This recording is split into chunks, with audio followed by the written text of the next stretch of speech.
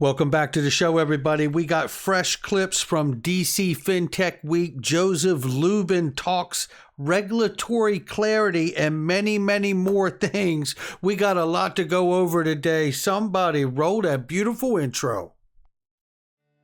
This is Digital Perspectives with Brad Kimes. Subscribe for new content notifications. Now, here's Brad Kimes. Come on in. Welcome back to the show, everybody. You can follow me on Twitter at BackupBradleyAbove, and everything that we're talking about here today. $2.467 trillion market cap is what we've got out here today. $61,517.89 for Bitcoin right now. It's moving. It's up 1% on the 24-hour, but be careful. Bitcoin can move extremely quickly out here in this market. Head on a swivel right now. 1.1 trillion plus for the market cap. Ethereum right now at 3,700. Almost flat. Cardano 211 and XRP at 107. Taking a breath this morning. Let's look at the range really quickly here. 103.91 on the low side of XRP price and 112.04 on the top end. Now we're going to talk about, well, first of all, we're going to hear from Joseph Lubin from Ethereum and Consensus on none other than regulatory clarity. And I think these comments are just going to knock you out like they did me. And then we're also going to take a look at a XRP Army member who throws out a perspective about this case that we should all be thinking about and why it all adds up to the most important thing we should be doing today if we haven't already done it. Let's go ahead and take a look at these clips. Shout out to Dr. Chris Brummer here for this DC FinTech Week. He does such a great job, and you're going to get a sense of that here. I'm going to let this play, and I will interject where we need to here.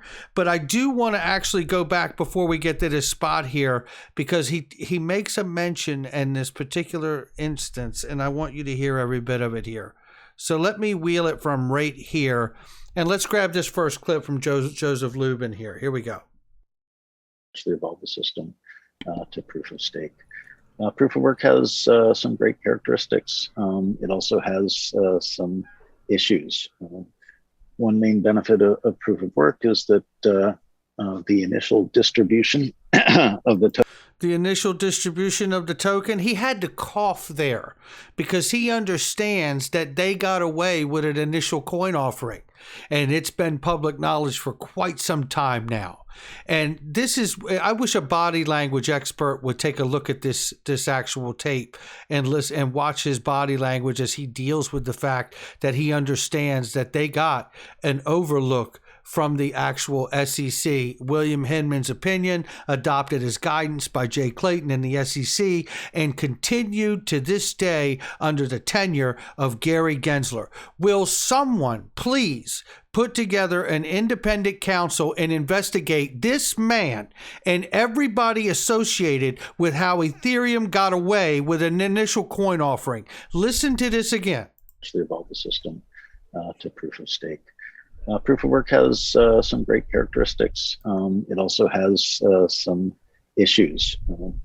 One main benefit of proof of work is that the initial distribution of the token is much fairer. You don't have the problem of who decides subjectively how many tokens people get. Although we do know that it was supposed to be just for developers on the network of Ethereum at the time when they released Ethereum. But what we do know is somebody like Mike Novogratz, who all of a sudden this weekend really wanted to put out a helping hand to make sure that we have a fair and balanced and level playing field for all projects now that he's gotten rich off of Ethereum because he bought it for 90 some cents and out here, and he is an investor and he made money off of what got a free initial coin offering, which means that he was buying and investing in an unregistered security because he wasn't developing on the network. Don't believe it. It's still true. Now let me take you somewhere else, because that's what's so amazing about all of this, is that this gentleman is actually speaking about clarity in the space. Now let's bring you back to here at about 244, 245 here is where we need to be. All right, let's let this play out here. Here we go. Is a religion in the Bitcoin ecosystem. It'll be hard to get core developers to think past that, and maybe Bitcoin will be from a regulatory standpoint, and we do have lots of regulators, they ultimately are thinking about centralization, not as a structural issue per se, but as a larger governance question. The governance questions and issues, just like the architecture, are a moving target, and they're constantly evolving. And so the regulators are trying to figure out exactly how do they position their own posture towards any particular tokens and token projects and ecosystems. I was struck because you did sort of mention MakerDAO, and obviously you're a kind of you're helping to work on a system that is a base layer infrastructure that supports all kinds of different projects.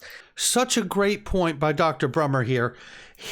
Listen, what we have to understand is when we say we just want a level playing field, this isn't just about what Joseph Lubin made off of Ethereum. This isn't just about what Mike Novogratz has made off of Ethereum. This is about the tons and tons of countless projects that have been able to launch without any repercussions or implications, as the rest of the crypto industry and space has had, like Ripple and XRP and others, but not with Ethereum, and not all the projects launched off of it. Now you think about that. Think about starting a race and you're forced to stay in the gate, but it's not as simple as just that person running around and crossing the finish line. That person gets to pick every friend that they want to come down and run the race ahead of everyone else with them. That's how big this unique advantage really is for Ethereum and Joseph Lubin.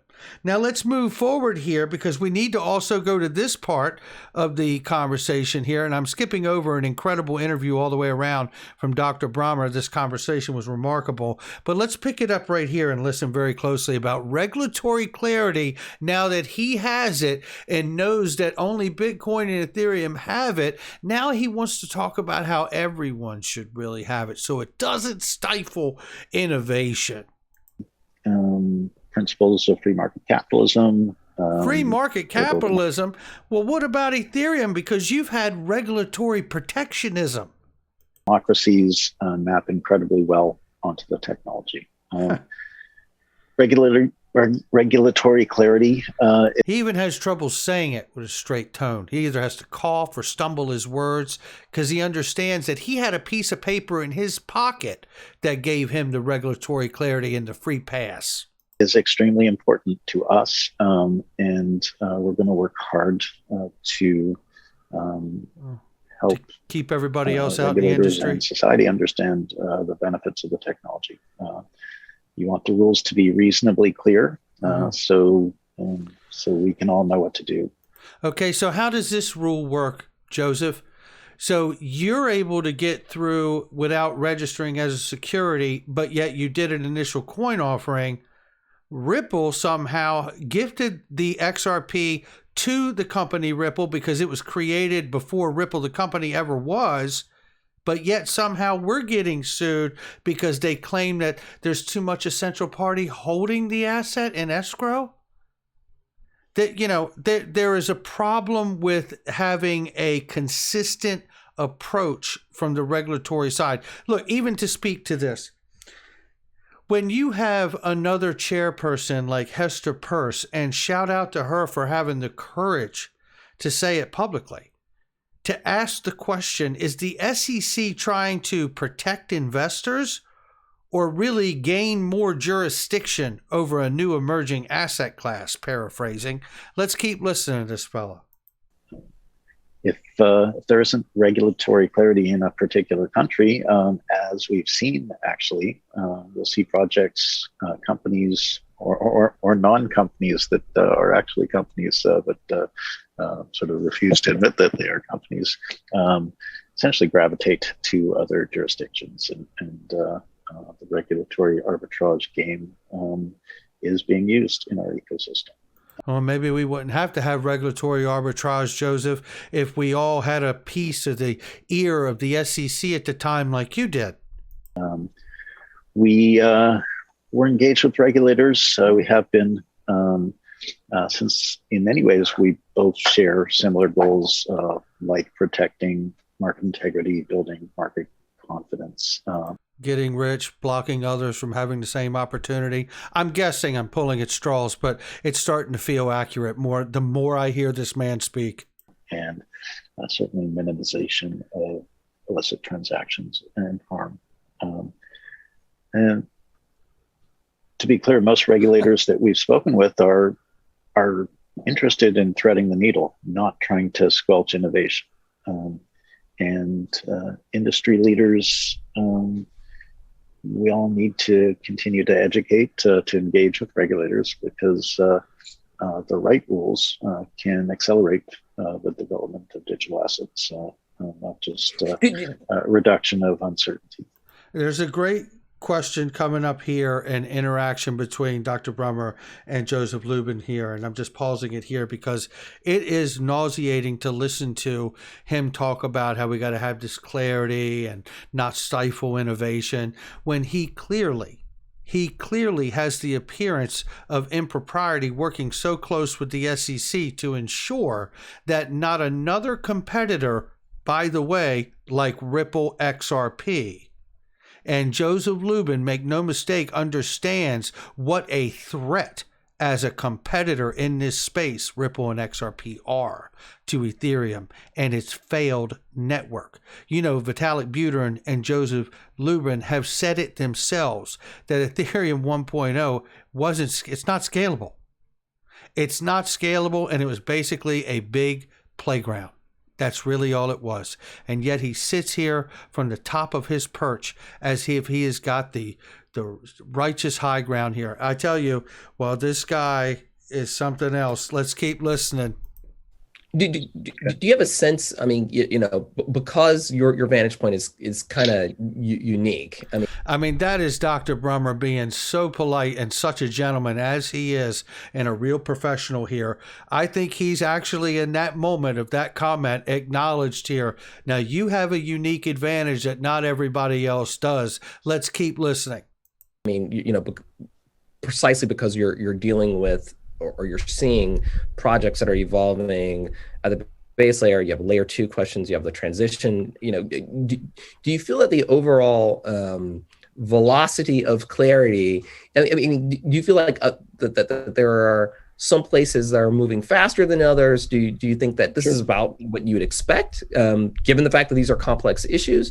I mean, when you look at the law from a technologist standpoint, you know, and now that you've had a long time to sort of think about it, and to see law in action or regulation in action, I mean, are there any surprises to you even today, or now do you feel more or less comfortable with the pace and what you've seen?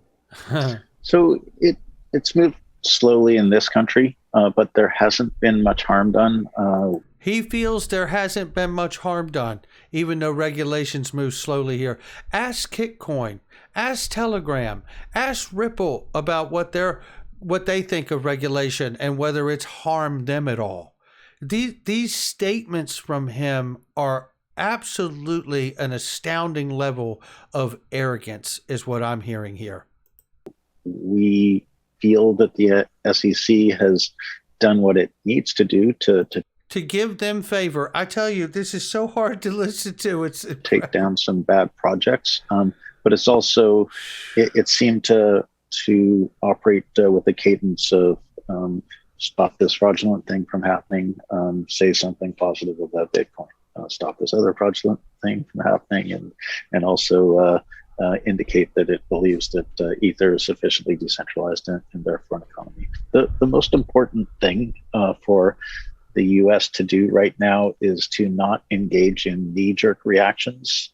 They can make for bad policy. We need to act and not react.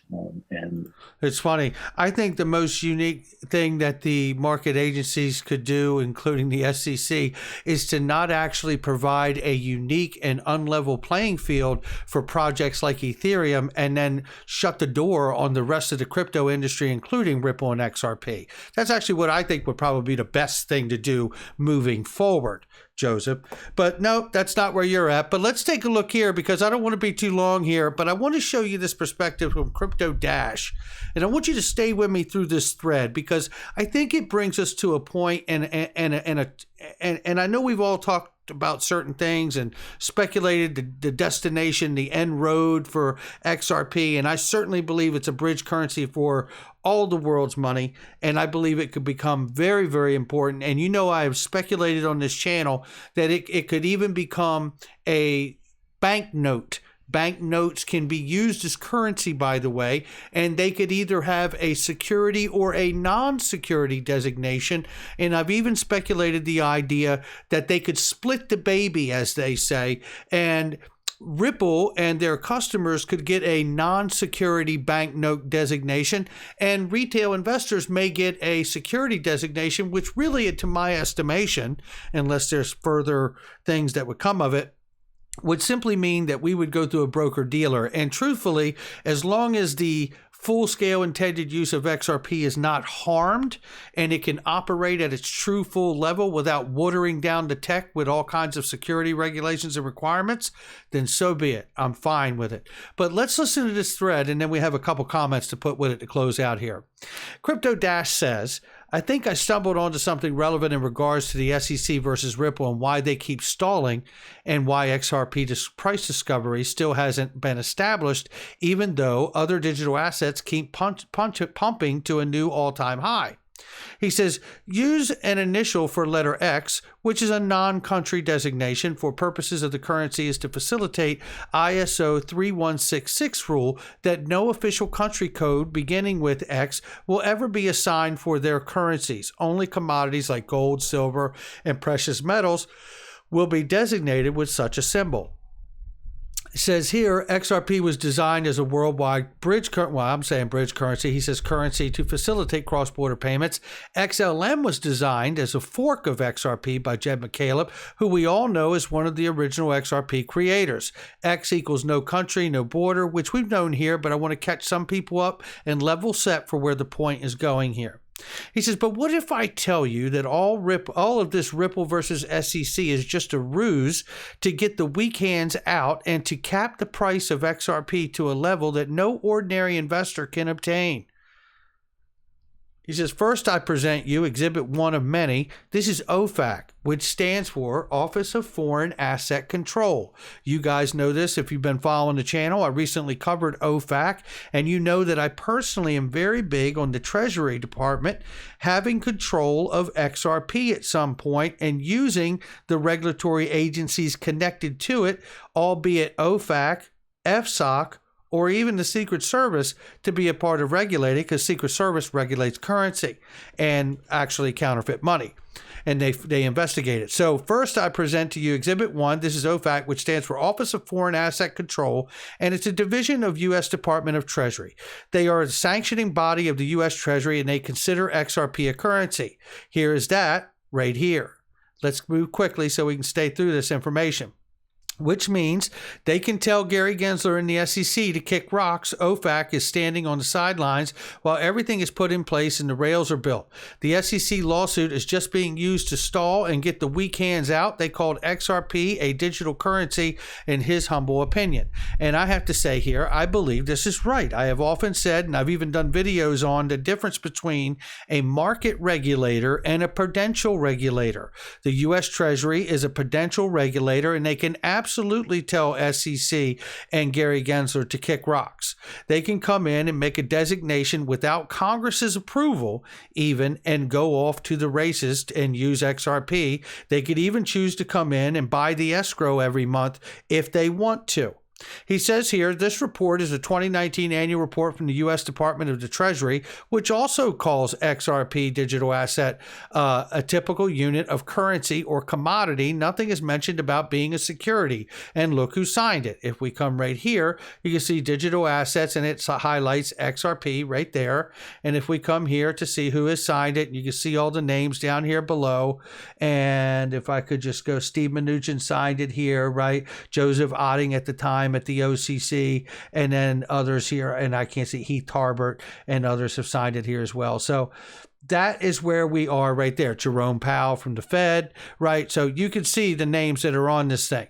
So it's interesting. Now coming right here, then there's this job posting was from Ripple, which was already filled, still trying to find out who is the new director. As you can see, the candidate must have experience, working knowledge of OFAC. Yeah, the enforcement agency that regulates currency sanctions around the world. And here's the director of global AML sanctions. And then where it talks about having familiarity with not only AML and CFT, but OFAC sanctions. And I can't remember the person's name, but there is a person that's working with them that already is associated with OFAC. All right, looking right here, as you can see, everything is interconnected, and XRP will be the world reserve currency. Nothing like this has ever been built, just a matter of time. XRP is inevitable. Now, I do believe that a lot of us have been here in this train of thought for a long time. I know I have. And this is in the same neighborhood on the same street for me. You know, one of the things I will say is that I don't think the case is a ruse between the Ripple and the SEC. But however, I do think that it is a vetting process. In order to get to a very special place that no other money has achieved that is not a national currency, by the way. For XRP to become a bridge currency to the world, I think these things like this case are necessary. I think these things like understanding whether it could be an electronic bond or a treasury note that can be used like currency, and whether that designation to a retail investor makes it a security because we're not using it because we don't use it in the form like a bank does, and we're not a bank. And I'm okay with that if that happens, right? As long as it doesn't get any worse there and I can still hold it. You want me to go through a Fidelity instead of go through a Coinbase? I'm fine with that. In fact, Fidelity's partner with Coinbase.